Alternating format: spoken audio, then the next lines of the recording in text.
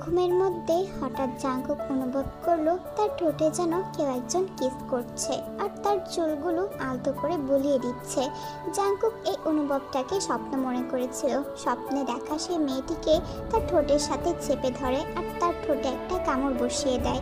কামড় বসানোর সাথে সাথে সে একটা উফ শব্দ পেল আর সাথে সাথে সে তার চোখগুলো খুলে দেখে তার মামাতো বোনের ঠোঁট দিয়ে রক্ত বের হচ্ছে। মেয়েটা তার দিকে লজ্জাময় চোখে তাকিয়ে আছে। তখনই জাঙ্কুকের আর বুঝতে বাকি রইল না যে তার অনুভবগুলো স্বপ্ন ছিল না, এটা সত্যিই ছিল। জাঙ্কুক মেয়েটিকে ধমক দিয়ে জিজ্ঞাসা করে সে এখানে কি করছে আর তার ঠোঁট দিয়ে রক্তই বা কেন পড়ছে। তুমি তো কামড় দিলে, আবার জিজ্ঞাসা করছো আমার ঠোঁটে কি হয়েছে। তার মানে তুই এতক্ষণ এরকম করছিলি? ছি, তোকে আমি বোনের চোখে দেখি আর তুই কিনা এইসব। তুই জানিস তুই আমার কত দিনের ছোট বা কত বছরের ছোট? আমাদের বয়সের পার্থক্য জানিস তুই? আর তুই একটা পিচ্ছি মেয়ে, তোর সাথে আমার যায় না। আমি এত কিছু বুঝি না, আমি তোমাকে ভালোবাসি আর আমি তোমাকে বিয়ে করতে চাই। কথাটা বলার সাথে সাথেই জাঙ্কুক তীর গালে একটা থাপ্পড় বসিয়ে দেয়।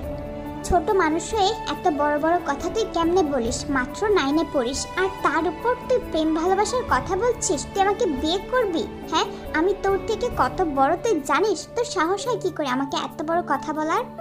তে কিছু না বলে কান্না করতে করতে রুম থেকে বের হয়ে যায়। জাঙ্কুকের অনেক আফসোস হচ্ছিল যে সে তেকে কেন মেরেছে। যদিও জাঙ্কুকের কোথাও না কোথাও তেকে একটু ভালো লাগে, কিন্তু তারপরেও তে তার থেকে অনেক ছোট। জাঙ্কুক এবার অনার্সের 3rd ইয়ারে পড়ছে আর তে মাত্র ক্লাস 9-এ। তাদের বয়সের পার্থক্য রয়েছে অনেক। তারা দুজনেই পাশাপাশি বাড়িতেই থাকে। জাঙ্কুকের মা আর তার ভাইয়ার বাসা পাশাপাশি, তাই তাদের দুজনের বাসায় আসা যাওয়া প্রায় হয়েই থাকে। তে চলে যাওয়ার পর জাঙ্কুক আবারও ঘুমিয়ে পড়ে। বিকালবেলা উঠে নিচে আসে, এসে দেখে তার মামি এসেছে। কি রে জাঙ্কুক, তের কি হয়েছে? সকালবেলা দেখলাম তে তোর রুম থেকে কান্না করতে করতে বের হয়েছে। তেমন কিছু না মামি, জানোই তো আমি যখন ঘুমাই কেউ আমাকে ডিস্টার্ব করলে আমার প্রচুর রাগ উঠে যায়। তে গিয়েছিল আমাকে উঠাতে, তাই আমি রেগে তাকে একটা ধমক দিয়েছিলাম, সেজন্যই হয়তো সে কান্না করে দিয়েছে।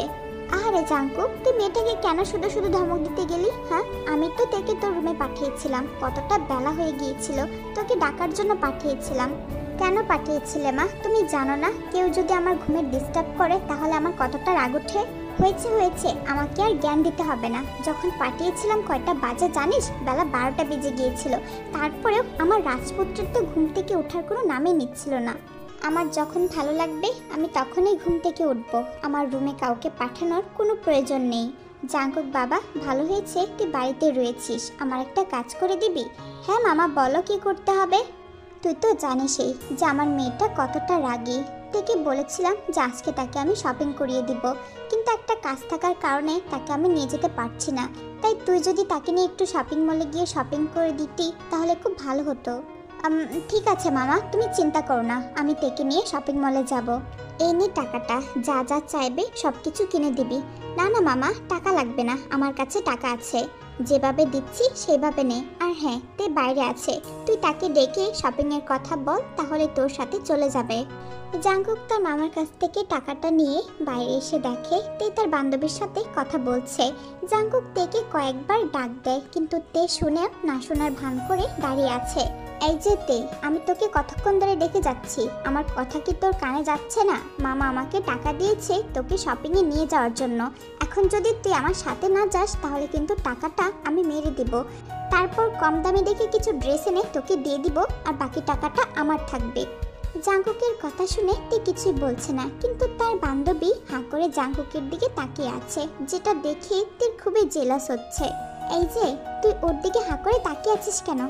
এই চিকনা আমার, ওর সাথে আমার বিয়ে ঠিক হয়ে আছে। কিন্তু আমি যে কালকে ভাইয়ের সাথে কথা বললাম আর ভাইয়া বলল সে নাকি তার বিয়ের জন্য পাত্রী খুঁজছে, তাহলে তোর সাথে বিয়েটা ঠিক হলো কখন?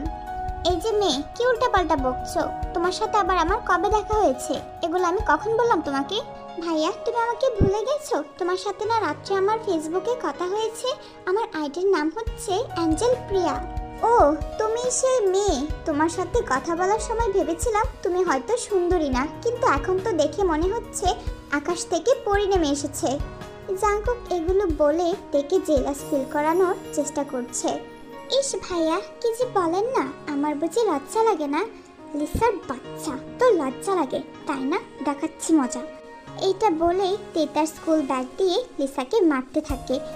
তোর এত বড় সাহস লিসা যে তুই আমার হবু স্বামীকে মেসেজ দিয়ে তার সাথে কথা বলিস। আরেকবার যদি তুই আমার স্বামীকে মেসেজ বা তার সাথে কথা বলার চেষ্টা করেছিস তাহলে আমি তোর 12 দুগুণে 24টা বাজিয়ে দিব। আর এই যে তুই জাঙ্কুকের বাচ্চা, আরেকবার যদি দেখি যে তুই কোনো মেয়েকে মেসেজ দিচ্ছিস বা কোনো মেয়ের মেসেজে রিপ্লাই দিচ্ছিস তাহলে তো তোর খবর আছে। তুই শুধু আমাকে মেসেজ দিবি, আমাকে ফোন দিবি, অন্য একটা মেয়ের দিকে তাকালে তোর চোখ খুলে আমি মার্বেল খেলবো। এখন চল, আমাকে শপিংয়ে নিয়ে চল। কিন্তু তুই যে মেয়েটাকে মারলি, এই মেয়েটাকে বাড়ি পৌঁছে দিতে হবে না? তোকে কোনো মেয়েকে বাড়ি পৌঁছে দিতে হবে না ভাইয়া আমার। যা রিক্সা ডাক দে। রিক্সাতে গেলে তো শরীরে শরীর লাগবে, তারপর লোকে দেখলে প্রবলেম হতে পারে। আমরা তো প্রেম করি তাই একই রিক্সাতে যেতেই পারি। লোকে কি বললো না তাতে আমার কিছু যায় আসে না।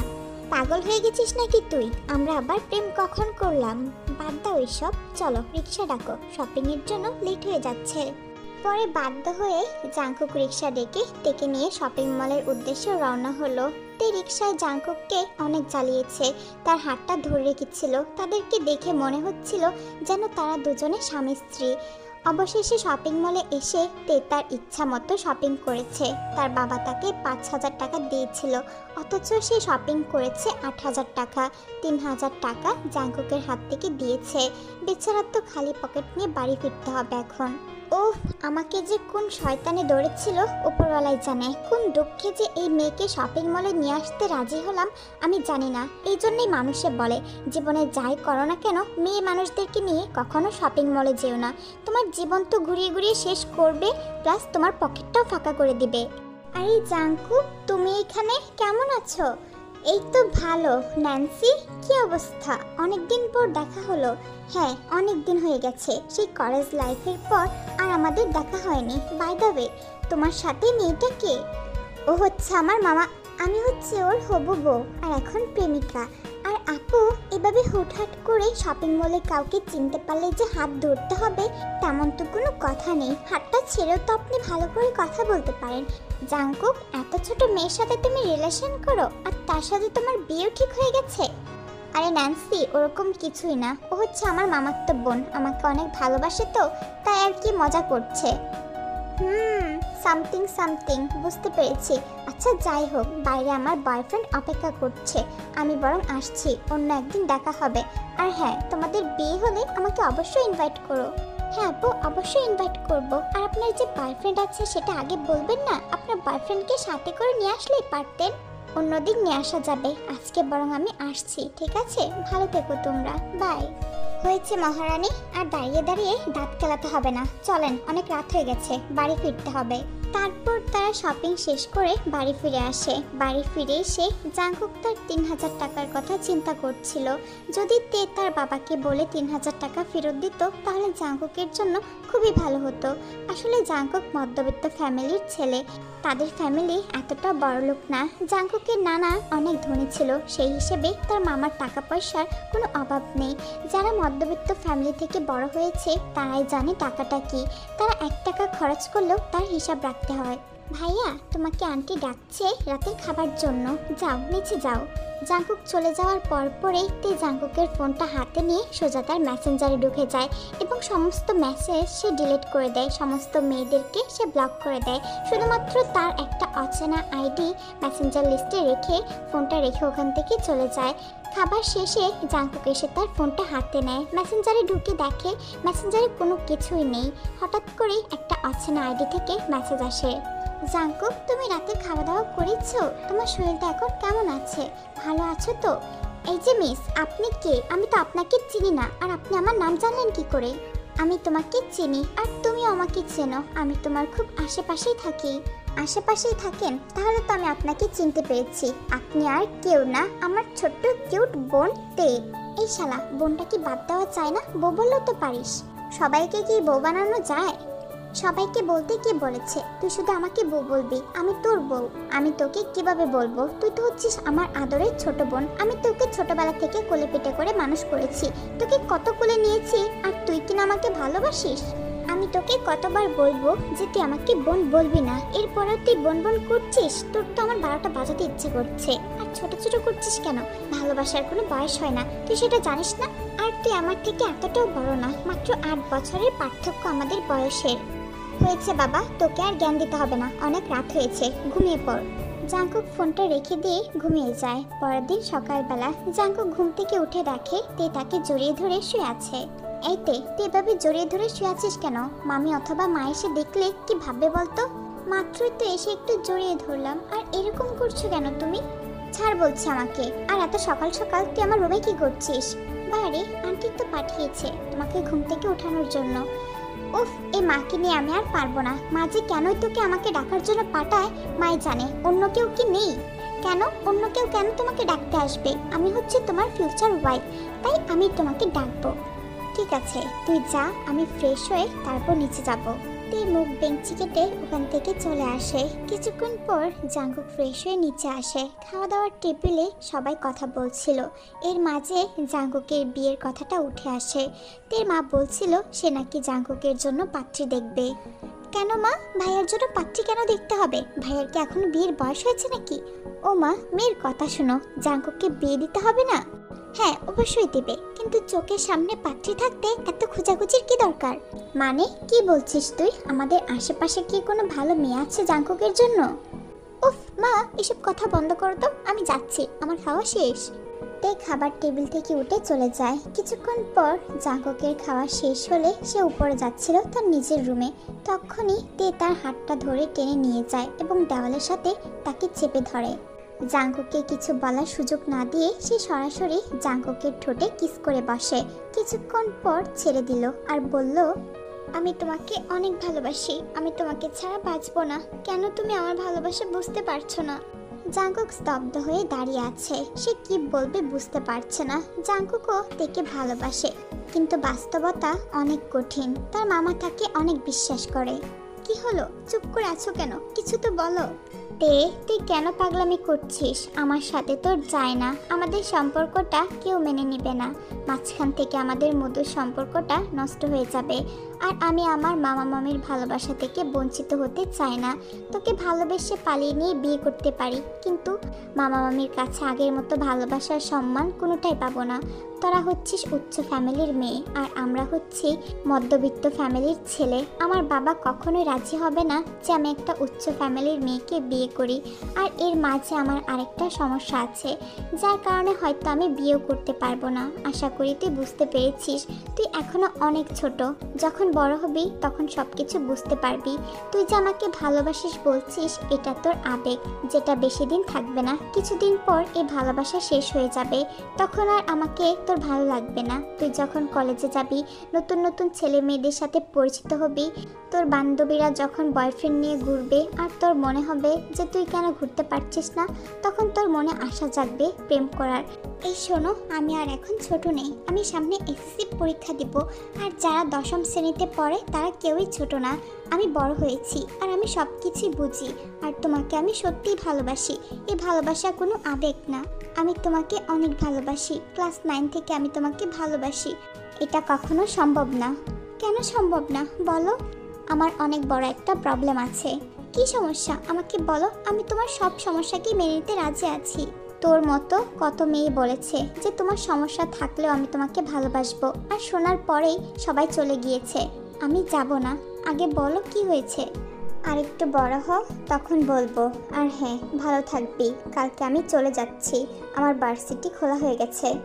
কথাগুলো বলে জাঙ্কুক ওখান থেকে চলে যায়। পরের দিন জাঙ্কুক রংপুর ভার্সিটিতে চলে যায়। এর মাঝে তার তের সাথে কথাও হয়নি বা দেখাও হয়নি। একদিন ভার্সিটিতে গিয়ে জাঙ্কুক তার একটা মেয়ে বান্ধবীর সাথে সেলফি তুলে ফেসবুকে পোস্ট দিয়েছিল, আর সেটাতে দেখে ইনবক্সে নক করে।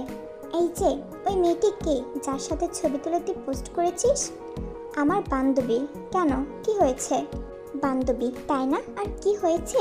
এরকম কাছাকাছি এসে কেউ সেলফি তুলে? আমি তোমাকে অন্য কোনো মেয়ের সাথে সহ্য করতে পারি না। এরপরেও যদি আবার মেয়েদের সাথে সেলফি তোলো, তাহলে কিন্তু তোমার খবর আছে। আচ্ছা বাবা, ঠিক আছে, এখন চুপ কর। বেশ কিছুক্ষণ কথা বলার পর যে যার যে কাজে ব্যস্ত হয়ে যায়। এইভাবে অনেকদিন পার হয়ে যায়। জাঙ্কুক তার ফাইনাল এক্সাম দিয়ে দিয়েছে আর তেও তার এসএসসির ফাইনাল এক্সামটা দিয়ে দিয়েছে। তে আর জাঙ্কুক প্রত্যেক দিনই ফোনে কথা বলে। 1 বছর যাবৎ তারা কথা বলছে, বলতে পারো জিএফ আর বিএফ এর মতোই তারা কথা বলছে।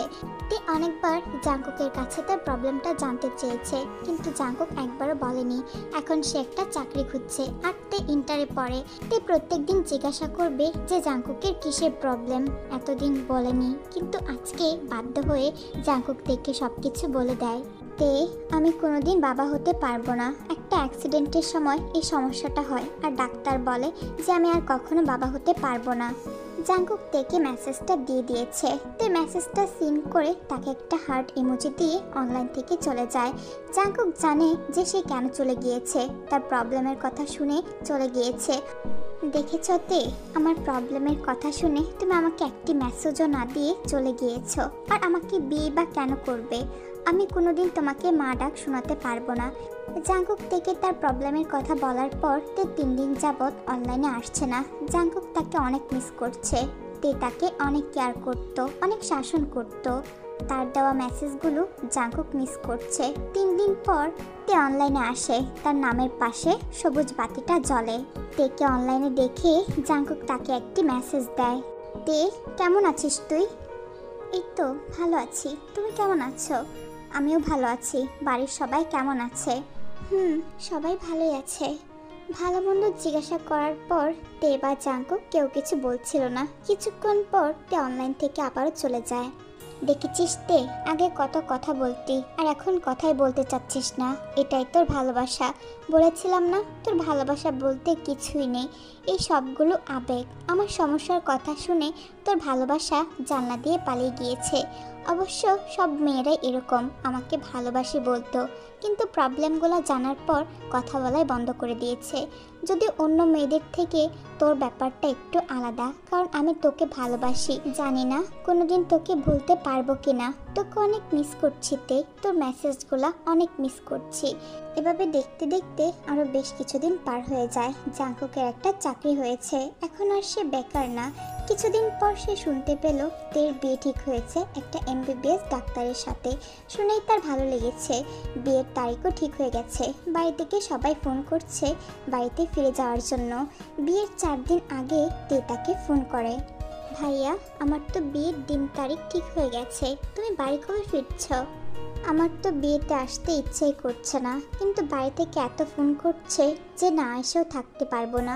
আসলে 1 বছর কথা বলার পর তোকে আমি ভালোবেসে ফেলেছি, আর তুই মাঝপথে আমাকে ছেড়ে চলে গেলি। সব কিছুই সম্ভব, কিন্তু নিজের চোখের সামনে ভালোবাসাকে অন্যের সাথে দেখা সেটা সম্ভব না। তোমাকে দিয়ে যদি আমি মায় না হতে পারি, তাহলে তোমাকে বিয়ে করে লাভ কি? তোমাকে তো কেউই বিয়ে করবে না। হ্যাঁ সেটাই তো, আমি তো তোকে বলেছিলাম যে তুই আমার প্রবলেমের কথা শুনলে আমাকে ছেড়ে চলে যাবি, কিন্তু তুই তো বলেছিলি যত যাই হোক না কেন তুই আমাকে ছেড়ে কোথাও যাবি না। কিন্তু বেলা শেষে দেখ তুই আমাকে নিজের ইচ্ছাতেই ছেড়ে চলে গেলি। যাই হোক, তোর বিয়ে ঠিক হয়ে গেছে, স্বামী সংসার করবি। দোয়া করি খুব সুখী হও। আর হ্যাঁ, চিন্তা করিস না, তোর বিয়েতে আমি থাকবো। যত কষ্টই হোক না কেন আমি তোর বিয়েতে থাকবো। তোর মনের ইচ্ছা পূরণ হবে। স্বামী সংসার সন্তান নিয়ে খুব সুখী হ। কথাগুলো বলে জাঙ্কুক ফোনটা রেখে দেয়। বিয়ের দিন সকালবেলা সে বাড়িতে পৌঁছায়। বিয়ের সময় হয়ে আসছে, কিন্তু বরের কোনো পাত্তাই মিলছে না, এবং বরের বাড়ি থেকে ফোন করে বলে যে বর পালিয়ে গিয়েছে। এই কথা শুনে তো তের পরিবারের সবাই মাথায় হাত দিয়ে বসে আছে। এখন কি হবে? জাঙ্কুকও সেখানে উপস্থিত ছিল। সবাই কানাঘষা করছে। তখনই তের বাবা এবং জাঙ্কুকের বাবা কি যেন একটা বলাবলি করছিল। জাঙ্কুক সেটা লক্ষ্য করেছে। তখনই তার মা তার কাছে এসে বলে তেকে বিয়ে করার জন্য। জাঙ্কুক তো অনেক অবাক হয়ে যায়। সে তের দিকে তাকিয়ে দেখে সে চুপচাপ বসে আছে। কি বলবে জাঙ্কুক বুঝতে পারছে না। সে তের সামনে যায়। তে, তুমি কি এই বিয়েটা করতে রাজি আছো? না, আমি তোমাকে বিয়ে করতে একদমই ইচ্ছুক না। তোমাকে বিয়ে করে লাভটা কি? তোমার সাথে সংসার করা মানে একটা কোলবালিশের সাথে সংসার করা। তুমি তো কখনো বাবা হতে পারবে না। কত স্বপ্ন ছিল একটা ডাক্তার বেটাকে বিয়ে করে 2টা বাচ্চা নিব, কত মজা করব। কিন্তু শালা ডাক্তার বেটা অন্য বেটারে নিয়ে পালিয়ে গিয়েছে। আমার সব স্বপ্ন শেষ হয়ে গেল এখানে। মা, মামা, মামি, তোমরা শুনেছো তে আমাকে বিয়ে করবে না, তাই আশা করি আমাকে আর কোনো জোরাজুরি করবে না তোমরা। কি ভেবেছো জাঙ্কুক, তোমাকে এই কথাগুলো আমি বলবো? না, কখনোই না। তোমাকে আমি ভালোবাসি জাঙ্কুক, তোমার যত প্রবলেমই থাকুক না কেন আমার কিছুই যায় আসে না। তোমাকে আমি বলেছিলাম যে আমি তোমাকে ভালোবাসি, এটা আমার আবেগ না, আমি সত্যিই তোমাকে ভালোবাসি জাঙ্কুক। তোমার যত রকমই প্রবলেম থাকুক আমি তোমাকে গ্রহণ করতে রাজি আছি। তুই এসব কি বলছিস? দেখ, যদি মজা করে থাকিস তাহলে এসব নিয়ে মজা করিস না, আমি নিজেকে সামলাতে পারবো না। আমাকে দেখে কি তোমার মনে হচ্ছে যে আমি তোমার সাথে মজা করছি? আমাদের বাচ্চা হবে না তো কি হয়েছে, আমরা একটা বাচ্চা অ্যাডপ্ট নিতে পারবো, কিন্তু তোমার প্রতি আমার ভালোবাসা কখনো হারাবে না। আমি তোমাকে ভালোবাসি, সারা জীবন তোমার সাথে থাকতে চাই। তুমি কি আমাকে চলার সাথী বানাবে না? হ্যাঁ বানাবো, কিন্তু কোনো কিন্তু না। চলো বিয়েটা করে নেওয়া যাক। তারপর যেমন কথা তেমনই কাজ, জাঙ্কুক আর তের বিয়েটা হয়ে যায় বাসর রাতে। তে, আমি কখনো ভাবতে পারিনি যে তুমি আমাকে এতটা ভালোবাসো। কেন ভাবতে পারোনি? আমি কি তোমাকে বলিনি যে আমি তোমাকে ভালোবাসি? তুমি আমার কথা কখনোই পাত্তা দাওনি, তুমি নিজের তো আবেগ বলে আমার কথাগুলো উড়িয়ে দিতে। আর এখন দেখো, আমি আমার ভুলটা বুঝতে পেরেছি। সত্যিতে আমি কখনো ভাবতে পারিনি যে তুমি আমার মতো একজন মানুষকে নিজের জীবন সঙ্গী হিসেবে চাইবে, যে কিনা তোমাকে কখনো মাতৃস্বাদ দিতে পারবে না।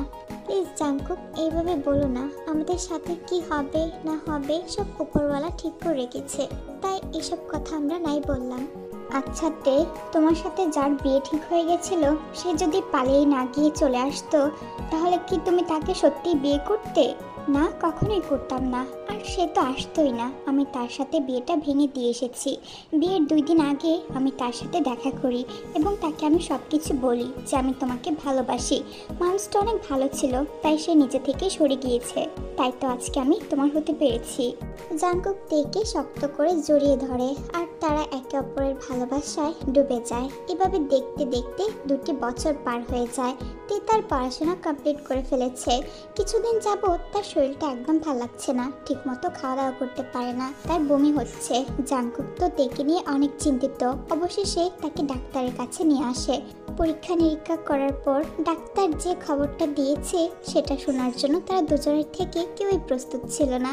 ডাক্তার বলেছে তে নাকি প্রেগনেন্ট। জাঙ্কুক তো বিশ্বাসই করতে পারছিল না যেটা কি করে সম্ভব।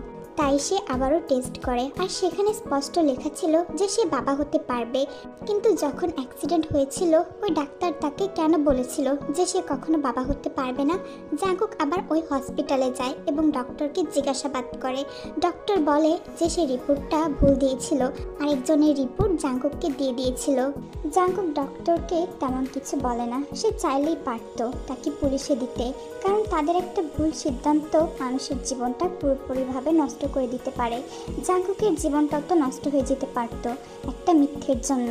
তাই সে বেশি কিছু না বলে ওখান থেকে চলে আসে। এখন আর বলেই বা কি লাভ? যাই হোক, এভাবে দেখতে দেখতে 9 মাস কেটে যায়। 9 মাস পর তার 2টো বেবি হয়েছে, একটা ছেলে আর একটা মেয়ে। আর এভাবেই তারা তাদের সারা জীবনটা কাটিয়ে দেয়।